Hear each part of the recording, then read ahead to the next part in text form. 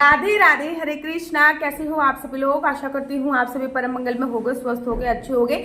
जन्माष्टमी का पावन पर्व उत्सव चल रहा है, क्योंकि जन्माष्टमी का जो उत्सव है वो बहुत दिनों तक चलता है। पहले जन्माष्टमी होती है, फिर दही हांडी होती है, उसके बाद भगवान श्री कृष्ण जी की छठी बनाई जाती है, फिर राधा अष्टमी आ जाती है, फिर राधा जी की छठी बनाई जाती है। तो जन्माष्टमी का उत्सव ये समझ लीजिए 15 दिन तक उत्सव चलता है। और जन्माष्टमी के पावन अवसर पर कहीं आप लोग ये मत भूल जाना कि आने वाली है अजा एकादशी, भादों के महीने की पहली एकादशी। देखिए, पूरे साल भर में 24 एकादशी होती हैं, और जब भी अधिक मास होता है तब भी 26 एकादशी होती है। हर महीने में 2 एकादशी आती है, कृष्ण पक्ष में आती है, शुक्ल पक्ष में आती है। आज मैं बात करने वाली हूँ अजा एकादशी की। बेसिकली अजा एकादशी का व्रत रखने से आप लोगों को पता है आपका शारीरिक सुख जो होता है वो आपको प्राप्त होता है। अगर कहते हैं ना, मेरे यहाँ पे दर्द है, मेरे यहाँ पे दर्द है, मेरे यहाँ पे, को शारीरिक सुख की प्राप्ति होती है। और अगर आप कथा पढ़ेंगे तो उसमें भी साफ साफ बनाया कि राजा हरिश्चंद्र को उसका राज्य वापस मिला था।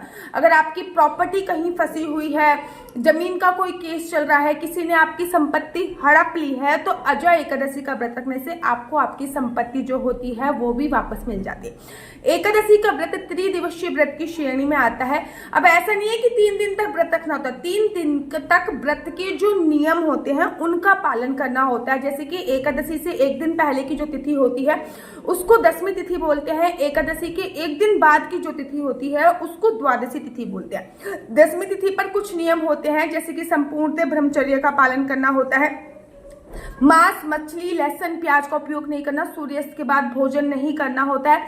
मैं दशमी तिथि पर भी चावल खाने की मनाही होती है, क्योंकि कभी कभी एकादशी जो होती है वो दशमी तिथि से प्रारंभ हो रही होती है। तो ऐसे में अगर हम चावल खाएंगे तो चावल का एक आदि अन्य हमारे शरीर में, हमारे उदर में ही समाहित हो जाता है। इसलिए मैं दशमी तिथि पर भी चावल खाने की मनाही करती हूँ। दशमी तिथि पे संपूर्ण ब्रह्मचर्य का पालन, पृथ्वी शयन बहुत ज्यादा जरूरी होता है। एकादशी वाले दिन, दशमी तिथि वाले दिन, द्वादशी वाले दिन, ये तीनों दिन पृथ्वी शयन की अपनी विशेष विशेष विशेष ज्यादा महिमा बोली जाती है।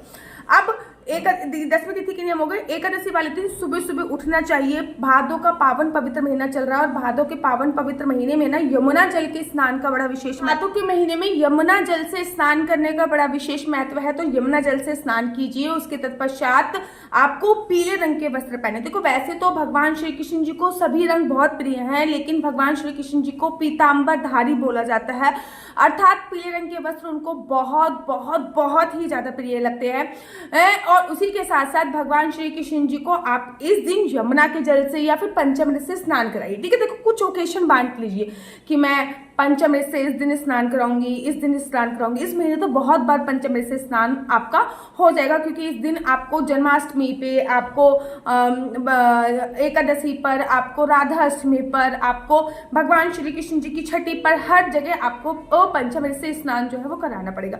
अब कुछ कुछ नियम अब आप बांध लोगे ना तो बहुत अच्छा रहने वाला है। कि अखंड ज्योत मैं हमेशा एकादशी पे जलाऊंगी, पंचामृत से मैं हमेशा स्नान कराऊंगी, पीले वस्त्र में एकादशी पे हमेशा पहनाऊंगी। ये कुछ नियम होते हैं जो आप बांध लीजिए। अब आप पूजा अर्चना वंदना की तैयारी कीजिए। और सबसे पहले ना पूजा में स्टार्ट होता है संकल्प।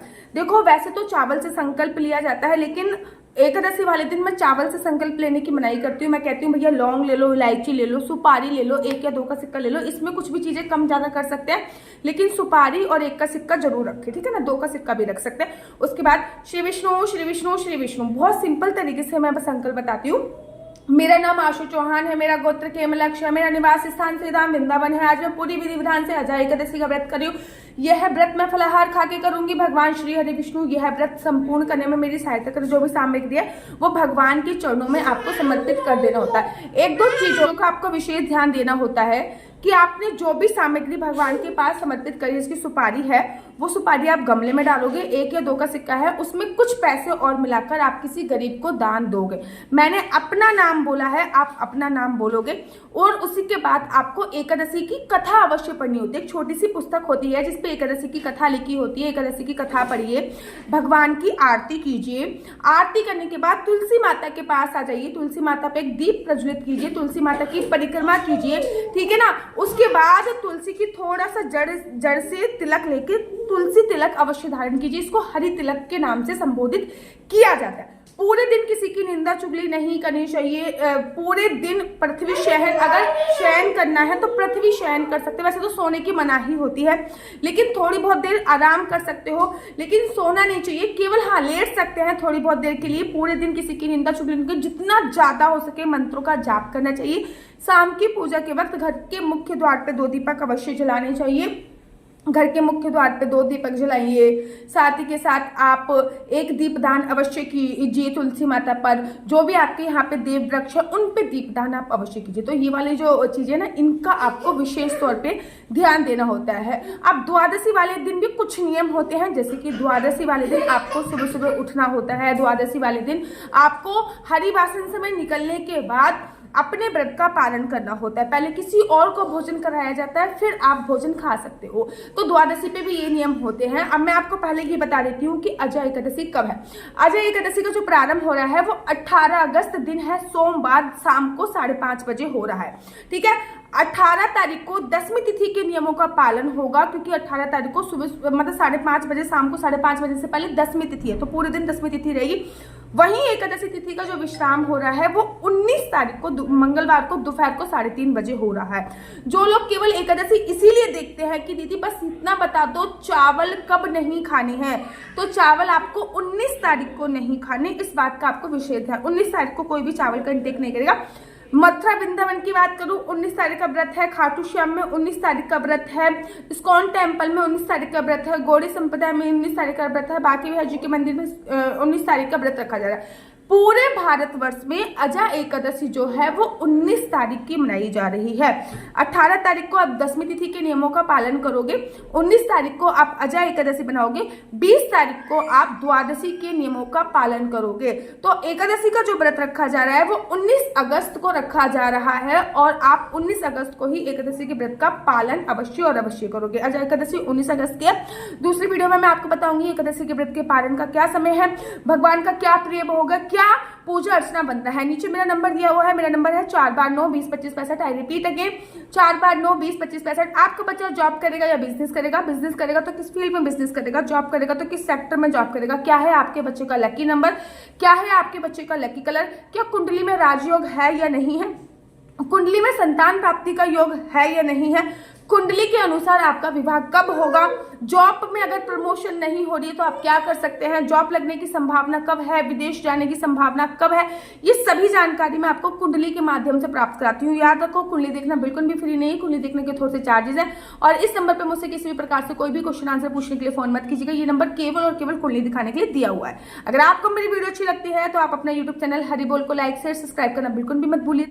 राधे राधे हरे कृष्णा। तो राधा अष्टमी का स्पेशल पैकेज आ चुका है और इस पैकेज का नाम है ललिता सखी पैकेज। तो इस पैकेज में सबसे पहले आप लोगों को एक ललिता सखी मिल रही है, जो कि राधा रानी की प्रिय सखी थी, जिनको ललिता सखी के नाम से संबोधित किया जाता। तो ये है ललिता सखी, जो कि बहुत ही सुंदर है। इस पैकेज में आपको ललिता सखी मिल रही है, साथ ही के साथ इत्र आपको इस पैकेज में मिल रहा है। इस पैकेज में आपके लड्डू गोपाल के गोपी ड्रेस मिल रही है, लड्डू गोपाल की 2 पैंटी मिल रही है, लड्डू गोपाल का नाइट सूट मिल रहा है, लड्डू गोपाल के लिए आप लोगों को मिल रही है असली तुलसी की माला, लड्डू गोपाल के लिए आप लोगों को मिल रही है वैजंती माला, लड्डू गोपाल के लिए आप लोगों को मिल रही है चंदन माला, लड्डू गोपाल की 2 पैंटी, पैरों में पहनाने के लिए और हाथों में पहनाने के लिए 4 चूड़ियां आपको मिल रही है। साथ ही साथ माता रानी का श्रृंगार करने के लिए गोंद भी मिल रहा है, जैसे कि राधा रानी भगवान श्री कृष्ण जी का श्रृंगार गोंद से किया जाता है। ये तोलिया ब्यूटीफुल से मिल रही है।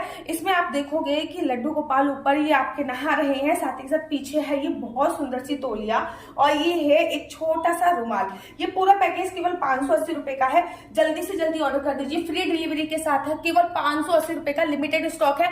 जल्दी से जल्दी आप लोग ऑर्डर कीजिए और ललिता सखी को अपनी राधा रानी की प्रिय सखी बना दीजिए। राधे राधे हरे कृष्णा हरि बोल। तब तक के लिए मुझे दीजिए इजाजत। राधे राधे हरे कृष्णा हरि बोल। आप सभी को अजय एकादशी की अनंत और अनंत शुभकामनाएं। राधे।